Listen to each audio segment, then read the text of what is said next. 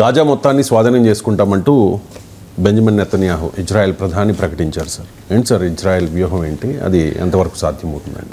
Gaza మొత్తాన్ని స్వాధీనం చేసుకున్నా అంటే ట్రంప్ విజన్ అది. ట్రంప్ ఏం చెప్తున్నాడు, గాజా ప్రజలందరినీ ఖాళీ చేయించి దాని ఒక రిసార్ట్గా మార్చుతాను, ఇది కదా ట్రంప్ విజన్. ఇప్పుడు ఇజ్రాయెల్ దాన్ని సమర్థించింది. ఈవెన్ అమెరికా మిత్ర దేశాలైన అరబ్ దేశాలు కూడా వ్యతిరేకించాయి. ట్రంప్ ప్రతిపాదనను సమర్థించిన ఈ భూమిపైన ఏకైక దేశం ఇజ్రాయెల్. అందువల్ల బహుశా ట్రంప్ పని అంటే మొత్తం ఇజ్రాయెల్ని ఆక్రమించుకొని ప్రజలందరినీ సామూహిక హత్యాకాండ జరిపి ఆ రక్తంతో తడిసిన భూమిని ట్రంప్ టవర్స్ కట్టడానికి ఇస్తాడేమో నెతన్యాహు. అసలు గాజాలో హమాస్ను అంతం చేస్తామని కదా వెళ్ళింది. మనం ఆశ్చర్యం ఉంటుంది, ప్రపంచం కూడా ఎలా రియాక్ట్ అవుతుంది. హమాస్ దుర్మార్గంగా ఇజ్రాయెల్పై దాడి చేసింది. ఇజ్రాయెల్లో ఉన్న సాధారణ పౌరులు, మహిళలు, పిల్లల్ని చంపేసింది, వాళ్ళను కిడ్నాప్ చేసి ఖైదీలుగా తీసుకున్నారు. మనం అందరము ఖండించాం, ఇది తీవ్రవాద చర్య. హమాస్ను తీవ్రవాద సంస్థ అంటున్నాం మనం. మరి ఇజ్రాయెల్ ఏం చేస్తుంది, ఇప్పటికీ 50,000 మందిని చంపింది. 2 నెలలుగా కనీసం ఆహారము మందులు కూడా వెళ్ళకూడదు అంటుంది. మీకు అంతర్జాతీయ సంస్థలు ఫెమైన్ వస్తుంది, క్షామం, ప్రపంచం ఎన్నడో క్షామాన్ని జయించింది, అలాంటి ఫెమైన్ భయంకరమైన ఆకలి చావులు వస్తాయని, పోలియో లాంటి వైరస్లు పుడుతున్నాయి, అంత దుర్మార్గమైన పరిస్థితులు ఉన్నాయి. కంప్లీట్గా బిల్డింగులు, ఎవ్రీ ఇన్ఫ్రాస్ట్రక్చర్ చిత్తనమైంది. హాస్పిటల్ను కూలగొట్టారు. ఒక మానవ మారణ హోమం జరుగుతుంది. మీకు వరల్డ్ హెల్త్ ఆర్గనైజేషన్ లాంటి సంస్థలు, యునైటెడ్ నేషన్స్ ఏజెన్సీస్ భూమిపైన నరకంగా మారింది అని చెప్తున్నారు. ఇప్పుడు వెళ్ళి నువ్వు ఆక్రమిస్తావు. మరి నీ పోరాటం హమాస్ మీద కాదు, పాలస్తీనా ప్రజలపైన అని క్లియర్గా అర్థమవుతుంది కదా. హమాస్ పైన దాడి చేసే హక్కు ఇజ్రాయెల్కి ఉంది, ఎందుకంటే హమాస్ కూడా తీవ్రవాద దాడి చేసింది. కానీ హమాస్ పై దాడి పేరిట పాలస్తీనా ప్రజలందరిపైన నేను యుద్ధం చేస్తాను, వాళ్ళను నాశనం చేస్తామనే హక్కు ఇజ్రాయెల్కి ఉందా? పాకిస్తాన్ ప్రేరేపిత తీవ్రవాదులు మన పహల్గామ్లో 26 మంది పొట్టబెట్టుకున్నారు. మనం ఒక్క పాకిస్తాన్ పౌరుని చంపామా? ఇండియా ఎలా ఉంది, ఇజ్రాయెల్ ఎలా ఉంది? ఇజ్రాయెల్ ఆయుధాలు మన సప్లై మనం చేయలే కదా పని. Captaincy is about making right decision whether on the field और ऑफ द फील्ड. इसलिए मैं कंट्री डिलाइट पर भरोसा करता हूँ. They deliver 100% pure buffalo milk to my doorstep by 7 AM. Don't just enjoy our matches. Enjoy village fresh buffalo milk too. Download the Country Delight app.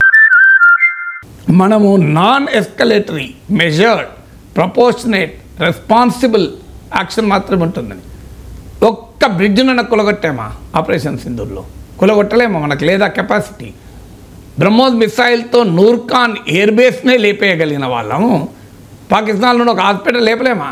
ఒక shopping mall లేపలేమా? మనకు లేదా capacity? ఒక బ్రిడ్జ్ను కులగొట్టలేమా? ఒక డ్యామ్ను పగలగొట్టలేమా? చేయలేదు కదా. మనం ఎందుకు చేయలేదు? ఇది భారతదేశం అంటే, అది ఇజ్రాయిల్ అంటే.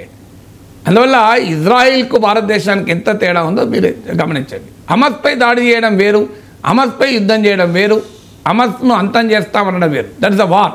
ఇద్దరు యుద్ధ భూమిలో ఉన్నారు, వీడు వాడిని వాళ్ళు వీళ్ళను చంపుకుంటాం అనుకుంటారు, లెడ్డం, మనం ఏం చేయలేదు. కానీ సాధారణ పాలస్తీనా ప్రజలపైన ఎందుకు యుద్ధం చేస్తున్నావు? ఎందుకు మారణహోమం సృష్టిస్తున్నావు? అది కదా క్వశ్చను. ఇప్పుడు మనం ఎక్కడన్నా పాకిస్తాన్ ఇన్నిసార్లు మనపైన దాడి చేసింది. 1947, 1965, 1971, 1999లో యుద్ధాలు చేసింది. యూరి, పఠాన్కోట్, మీకు హైదరాబాద్, కోయంబత్తూర్, అహ్మదాబాద్, పార్లమెంట్పై దాడి, పహల్గామ్, ఇన్ని దాడులు చేసింది. కానీ ఎన్నడైనా మన పాకిస్తాన్ ప్రజలపైన దాడి చేశామా? ఇప్పుడు operation Sindoor, surgical strikes, Balakot strikes, ఎక్కడా ఒక్క పాకిస్తాన్లో ఒక చిన్న కలవట్టు కూడా మనం పగలగొట్టలే.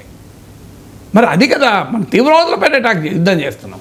తీవ్రవాదులకు మద్దతుగా పాక్ ఆర్మీ వస్తే దానిపైన కొట్లాడాము, యుద్ధం చేశాం. కానీ ఎక్కడా మన పాకిస్తాన్ వినాశాన్ని కోరుకునే రీతిలో మనం చేయలే. పాకిస్తాన్ సర్వనాశనం చేయగలిగే సామర్థ్యం ఉంది మనకు, కానీ చేయలేదు కదా. పాకిస్తాన్ మేము ఆక్రమించుకుంటాం, ఆఖరికి మన కశ్మీర్ మనమే ఆక్రమించుకోలే. ఇప్పుడు ఆపరేషన్ సింధూర్ ఆగిపోయింది కదా, పాక్ ఆక్రమిత కశ్మీర్ను కూడా అది మన కశ్మీర్. ఇలా కాకపోతే రేపైనా మన దేశంలో భాగం కావాల్సిందే. మరి ఇలా మనం చేస్తున్నాం ఆ పని. మరి ఇజ్రాయిల్ చేస్తున్న పనికి భారతదేశం చేస్తున్న పనికి పోల్చి చూస్తే ఇజ్రాయెల్ గాజాలో సృష్టిస్తున్న మారణహోమం రైట్ అయితే పాకిస్తాన్పై మనం చేస్తున్నది తప్పవుతుంది. నరేంద్ర మోడీ చేసిన తప్పవుతుంది. ఆపరేషన్ సింధూర్ ఆపడం తప్పవుతుంది. ఆపరేషన్ సింధూర్లో భాగంగా పాకిస్తాన్లో ఏ పౌరునికి ఏమీ కావద్దు, ఏ సివిల్ ఇన్ఫ్రాస్ట్రక్చర్ నష్టం కావద్దు అని మనం ఆపరేషన్ సింధూర్ తప్పవుతుంది. If operation Sindoor is right, ఇజ్రాయిల్లో గాజాలో ఇజ్రాయిల్ సృష్టించిన మారణహోమం తప్పవుతుంది. రెండిట్లో ఏదో ఒకటే రైట్ అవుతుంది. అందుకే రెండింటి మధ్య తేడా చెప్పాను నేను. ఖచ్చితంగా భారతదేశానికి రైట్, భారతదేశానికి ఆదర్శం, ఇజ్రాయిల్ కాదు.